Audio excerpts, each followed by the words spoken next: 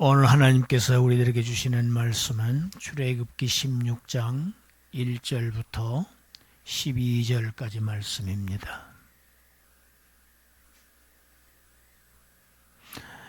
1절부터 8절까지는 제가 봉독하고 이후는 합독합니다.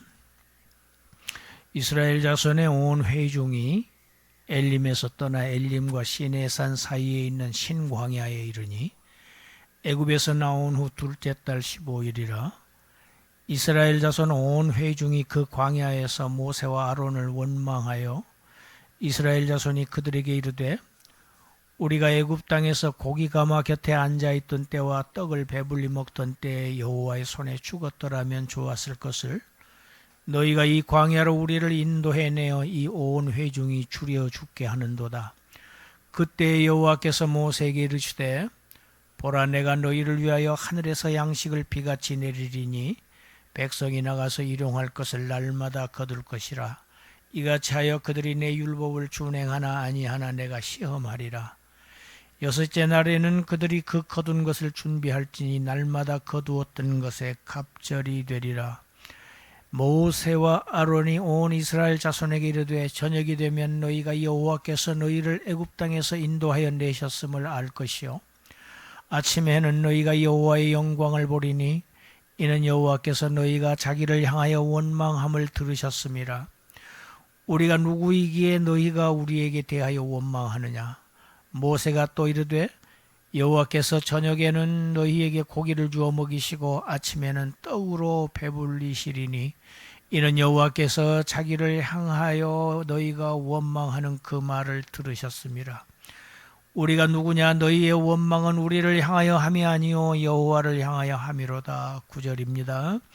모세가 또 아론에게 이르되 이스라엘 온 자손의 온 회중에게 말하기를 여호와께 가까이 나오라. 여호와께서 너희의 원망함을 들으셨느니라 하라. 아론이 이스라엘 자손의 온 회중에게 말하며 그들이 광야를 바라보니 여호와의 영광이 구름 속에 나타나더라. 여호와께서 모세에게 말씀하여 이르시되 내가 이스라엘 자손의 원망함을 들었노라. 그들에게 말하여 이르기를 너희가 해질 때에는 고기를 먹고 아침에는 떡으로 배부르리니 내가 여호와 너희의 하나님인 줄 알리라 하라 하시니라. 아멘.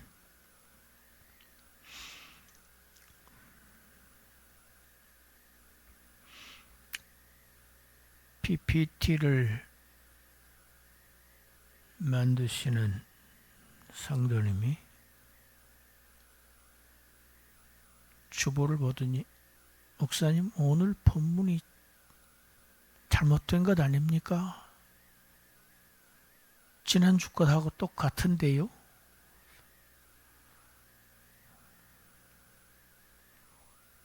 본문이 똑같습니다.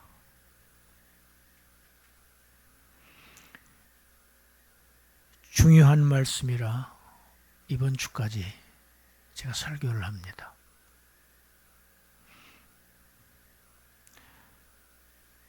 이스라엘은 아주 특별한 민족입니다. 세계에 수많은 민족이 있습니다.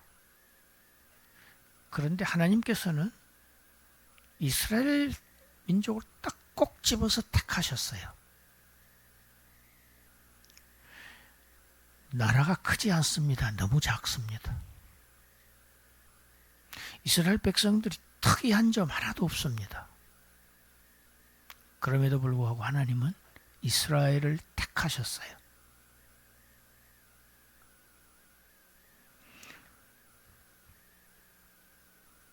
애굽에서 430년 동안 노예 생활하고 있는 그들을 하나님이 하나님의 전적인 능력으로 그들을 이끌어내십니다. 그리고 그들을 홍해바다를 건너게 하시고 무려 광야에서 40년 동안이나 하늘에서 내린 떡을 먹고 살게 하십니다. 특별한 일이죠. 이 하늘에서 내린 이 떡의 의미가 무엇인가? 지난주에는 제가 설교를 통해서 이 하늘에서 내렸던, 이스라엘에게 내렸던 이 만나의 성격, 광야에서 이스라엘 민족을 생존하게 했던 그 부분, 육적인 생명, 육적으로 생존케 했던 그 부분을 제가 집중적으로 조명했습니다. 그런데 오늘 주일은 하늘에서 내린 그 떡에 보다 더 근본적인 의미를 다시 한번 살펴보기를 원해서 같은 본문의 설교를 합니다. 시편 40편에 보면 이런 말씀이 있습니다. 우리 읽습니다. 시편 40편 7절. 그때 내가 말하기를 내가 왔나이다. 나를 가리켜 기록한 것이 두루마리 책에 있나이다.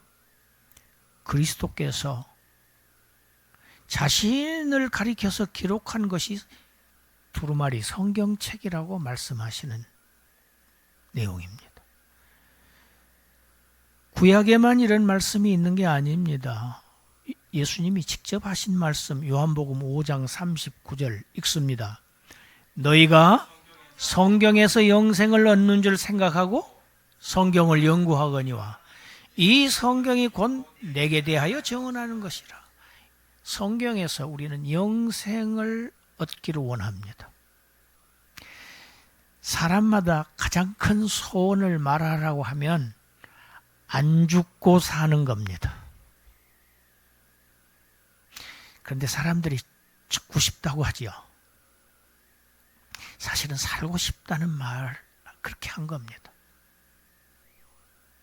사람마다 다 죽는 것 싫어합니다.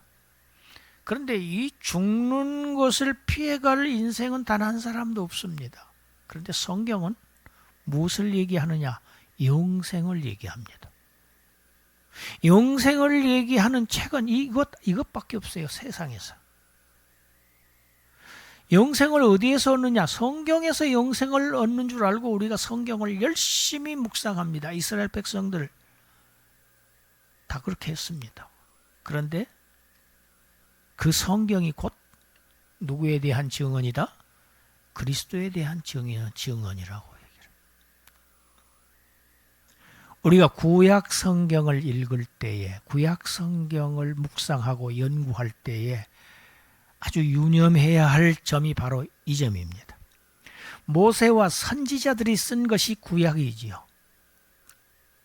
그들이 자신들이 쓴 그 글을 통해서 그리스도를 어떻게 나타내고 있는가, 예시하는가, 이것을 우리가 기도하면서 묵상하면서 연구하는 것이 성경을 가장 잘 읽는 것입니다. 성경을 읽는 관점이어야 합니다.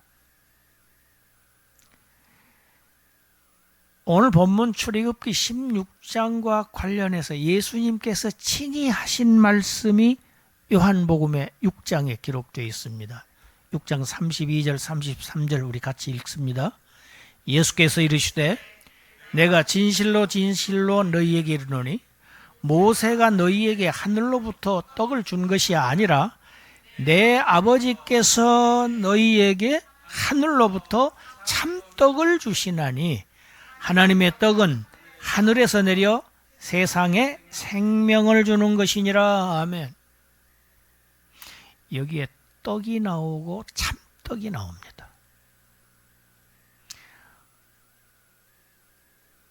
광야에서 이스라엘 백성이 하늘로부터 먹었던 만나를 떡이라고 표현하고 있는데 예수님은 내 아버지께서 너희에게 하늘로부터 참떡을 주신다고 말씀합니다.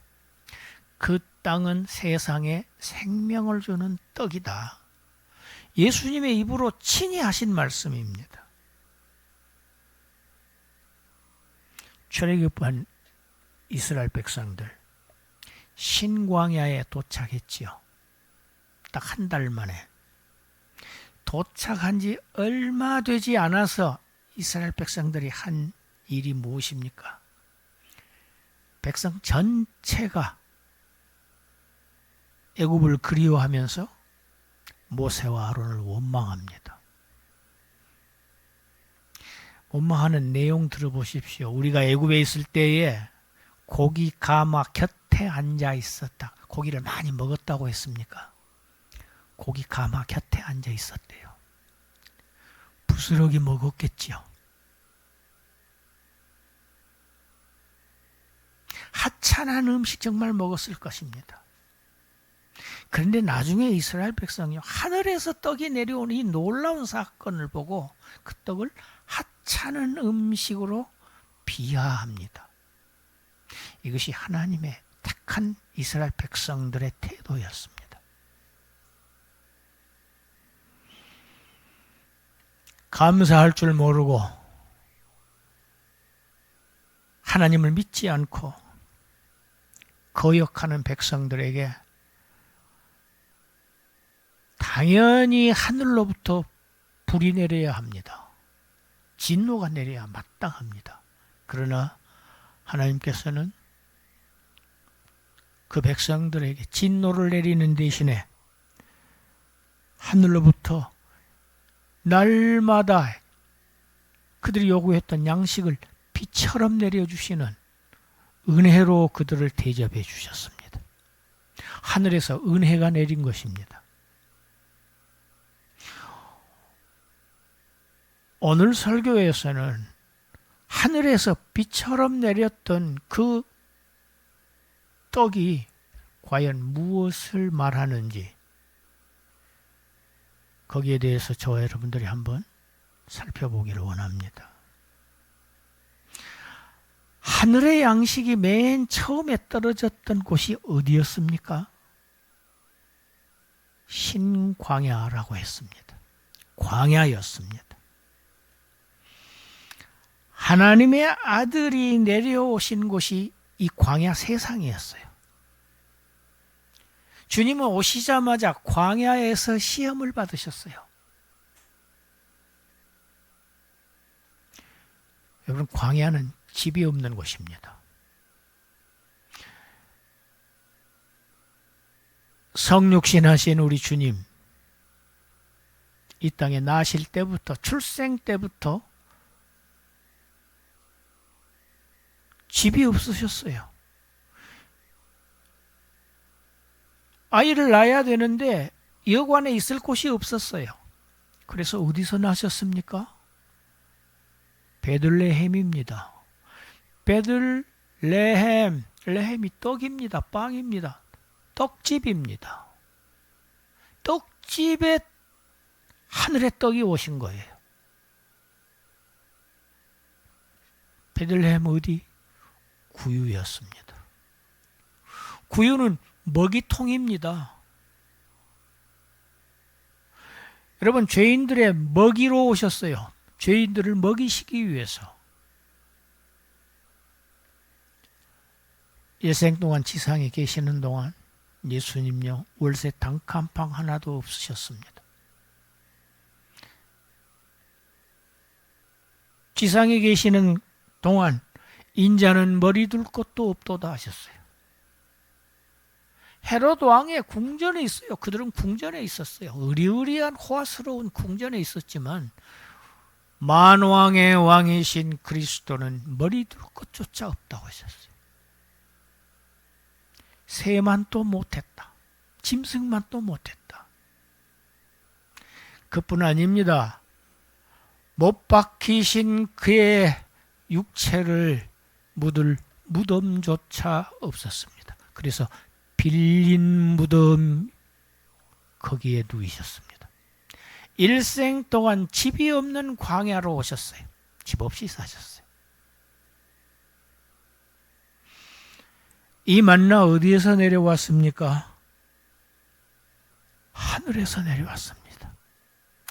출애굽기 16장 4절 빨간색으로 칠해졌지요. 하늘에서 내려왔습니다.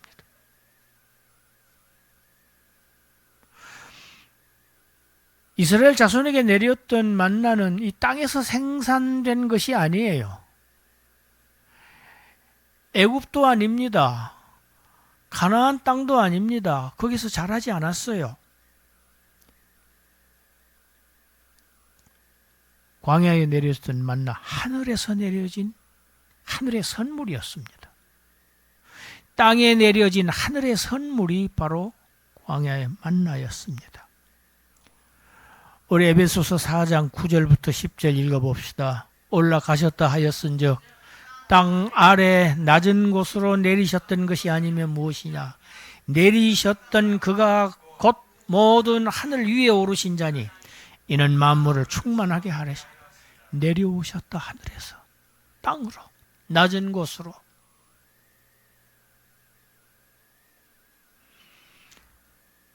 성경이 여러 군데입니다. 우리 고린도전서 15장 한 군데 더 읽어봅시다. 고린도전서 15장 47절입니다. 첫사람은 땅에서 났으니 흙에 속한 자이거니와 둘째 사람은 하늘에서 났느니라. 두 아담을 대조하고 있습니다. 첫 아담, 흙으로 지음받았죠. 땅에서 난 자입니다. 흙에 속한 자입니다. 그러나 둘째 아담, 그리스도는, 인자는 어디에서 나셨다? 하늘에서 나셨다. 하늘로부터 오신 자이다. 이 만나가 의미하는 것, 이 만나는 하나님이 거저 주셨어요. 거저 주신 선물입니다. 이스라엘 백성들 이 만나 값을 치르지 않았습니다. 어떤 비용도 지불하지 않았습니다.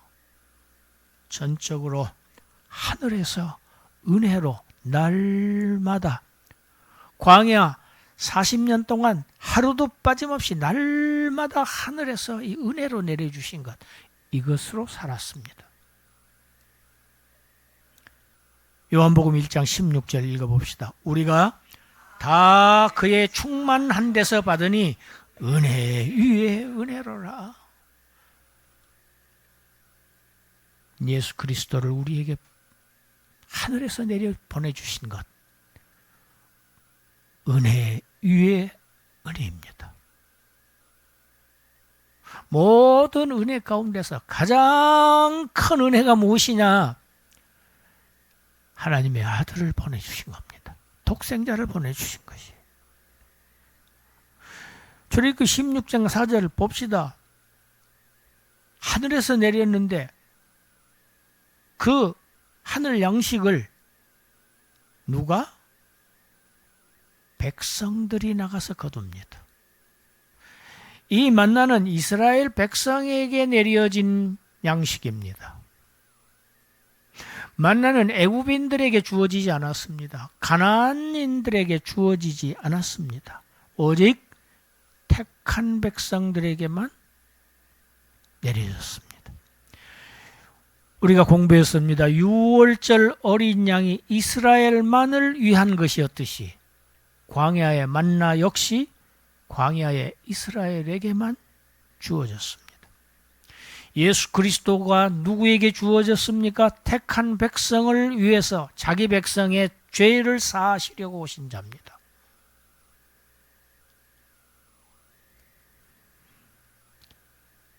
이 만나, 광야의 만나, 일용할 것을 날마다 이스라엘 백성들은 거두었습니다. 날마다 거두었습니다. 어제 우리가 음식을 먹었습니다. 그걸 가지고 오늘 우리가 활동하는 데 사용할 수 없습니다. 오늘은 또 오늘의 양식을 먹어야 오늘 우리가 살 수 있습니다. 오늘 먹은 것이 내일 살 수 있는 근거가 되지 않습니다. 매일매일 날마다 먹어야 하듯이 이스라엘 백성들이 광야 40년 동안 자신들의 생존을 위해서 날마다 하늘 양식을 먹었듯이 저와 여러분들 역시 매일 그리스도에게 양육받아야만 합니다. 할렐루야. 날마다 양육받아야 돼요. 예수님이 기도를 가르쳐 주셨습니다. 우리에게 오늘을 붙이셨어요. 일용할 양식을 주시옵고 그렇게 기도해라. 이 기도가 저와 여러분들의 일생 동안의 기도가 되기를 원합니다. 이스라엘 백성에게 만나가 내려질 때에 여호와의 영광이 드러났습니다.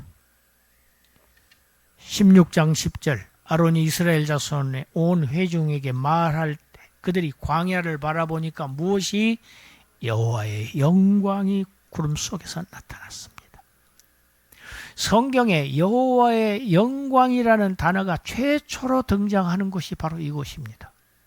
하늘에서 은혜로 양식이 내려올 때 여호와의 영광이 처음으로 드러났다는 사실은 아주 놀라운 것을 우리에게 말하고 있습니다.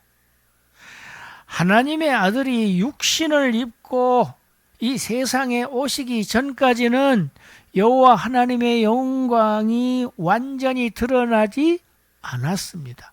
그런데 하나님과 함께 계셨던 말씀이 육신이 되어 우리 가운데 나타나심으로 말미암아 이 땅에 여호와의 영광이 충만하게 드러납니다. 요한복음 1장 14절 읽습니다. 말씀이 육신이 되어 우리 가운데 거하심에 우리가 그의 영광을 보니 아버지의 독생자의 영광이요 은혜와 진리가 충만하더라. 할렐루야. 사도 바울은 고린도 후서 4장 6절에서 이렇게 정확하게 말씀합니다. 어두운 데서 빛이 빛이라 말씀하셨던 그 하나님께서 같이 읽습니다. 예수 그리스도의 얼굴에 있는 하나님의 영광을 아는 빛을 우리 마음에 비추셨느니라. 아멘. 예수 그리스도의 얼굴에 하나님의 영광이 드러났어요. 예수 그리스도께서 인성을 입고 사람의 몸으로 이 지상에 임하셨을 때 비로소 여호와의 영광이 드러났어요.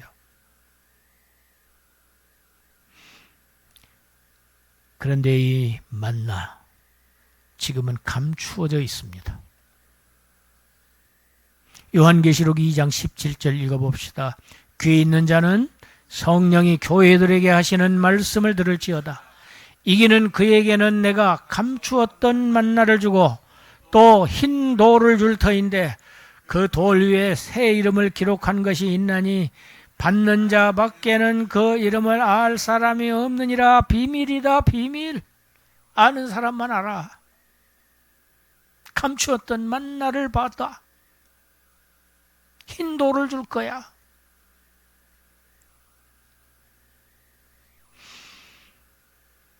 그리스도도 지금 감추어져 있습니다. 우리가 육신의 눈으로 볼 수 없습니다. 그러나 이 어두운 밤이 지나고 새벽이 되면, 여러분, 밤이 어두우면 반드시 새벽이 온다는 사인입니다. 할렐루야. 밤이 지나면 어김없이 새벽이 동이 틉니다. 그때 새벽 별이 뜹니다. 성경은 이 새벽 별을 그리스도로 상징하고 있습니다. 계시록에서, 다른 구약에서. 이 새벽별이 뜨게 되면, 이 어두운 밤이 지나고 새벽이 되면 저와 여러분들은 하늘의 만나를, 지금 감추어져 있는 하늘의 만나를, 하늘에 감추어져 있는 만나를 보게 될 것입니다. 보게 될 뿐만 아니라 그 떡을 참으로 먹고 영생하게 될 것입니다. 할렐루야. 요한복음 6장 48절부터 51절까지 읽습니다. 내가 곧 생명의 떡이지라. 너희 조상들은 광야에서 만나를 먹었어도 죽었거니와 이는 하늘에서 내려온 떡이니 사람으로 하여금 먹고 죽지 아니하게 하는 것이니라. 나는 하늘에서 내려온 살아있는 떡이니 사람이 이 떡을 먹으면 영생하리라. 내가 줄 떡은 곧 세상의 생명을 위한 내 살이니라. 내가 곧 영생하는 생명을 줄 떡이다. 광야의 이스라엘 백성들 하늘에서 내려온 떡을 먹고도 죽었습니다. 그 만나가 아닙니다. 그 만나가 지금 상징하고 있는 것이 무엇인가? 하늘에서 하나님께서 참떡을 내려주실 것, 그리스도를 주셔서 한 번 먹으면 다시는 줄이지 아니할 떡. 그 떡을 먹고 영생하게 하시는 것이 하나님의 계획이고 하나님이 하시는 일이라는 겁니다. 우리 다음 53절부터 58절까지 읽습니다. 예수께서 이르시되 내가 진실로 진실로 너희에게 이르노니 인자의 살을 먹지 아니하고 인자의 피를 마시지 아니하면 너희 속에 생명이 없느니라. 내 살을 먹고 내 피를 마시는 자는 영생을 가졌고 마지막 날에 내가 그를 다시 살리리니 내 살은 참된 양식이요 내 피는 참된 음료로다. 내 살을 먹고 내 피를 마시는 자는 내 안에 거하고 나도 그의 안에 거하나니 살아계신 아버지께서 나를 보내심에 내가 아버지로 말미암아 사는 것 같이 나를 먹는 그 사람도 나로 말미암아 살리라. 이것은 하늘에서 내려온 떡이니 조상들이 먹고도 죽은 그것과 같이 아니하여 이 떡을 먹는 자는 영원히 살리라. 할렐루야. 여러분, 살과 피는 생명입니다. 생명은 살과 피로 되어 있습니다. 예수님의 십자가에서 흘리신, 찢겨지신, 부서뜨려지신 그 살과 흘려지신 이 땅에 흘린 이 피가 바로 저와 여러분들의 영원한 생명이 되셨습니다. 신광야에서 이스라엘은 하늘의 만나를 먹고도 다 죽었습니다. 그러나 우리는 그 만나와 다른 떡, 다른 만나, 새 만나, 하늘에서 내려주시는 진짜 참떡, 영원한 양식, 그 떡을, 영원한 양식을 저와 여러분들은 지금 먹고 있습니다. 할렐루야. 저와 여러분에게는 영생이 보장되어 있습니다. 우리는 영생이 이미 확보된 하나님의 이스라엘 백성입니다. 할렐루야. 기도하겠습니다. 하나님, 하늘에서 참떡을 내려주셔서 한 번 먹으면, 한 번 믿으면 영원히 죽지 않고 살 수 있는 영생하는 떡을 내려주셔서 우리에게 믿음을 허락하시고 그 떡을 먹고 그 참된 음료를 마시게 하셔서 우리를 영원히 살게 하시니 감사합니다. 이 놀라운 은혜, 사는 동안 감사하며 사는 동안 찬양하며 살다가 주님 만나는 날, 이 감추어진 만나를 우리가 직접 얼굴과 얼굴을 볼 때에 감사하며 찬양하며 그 안에 영원히 거하게 되는 그 복락을 약속받았으니 이 소망 가지고, 이 희망 가지고, 이 기대 가지고 그 나라를 위해서, 주님을 위해서 이 땅 광야 생활을 넉넉히 승리하면서 살아가는 백성들 되게 하여 주시옵소서. 예수님 이름으로 기도드리옵나이다. 아멘.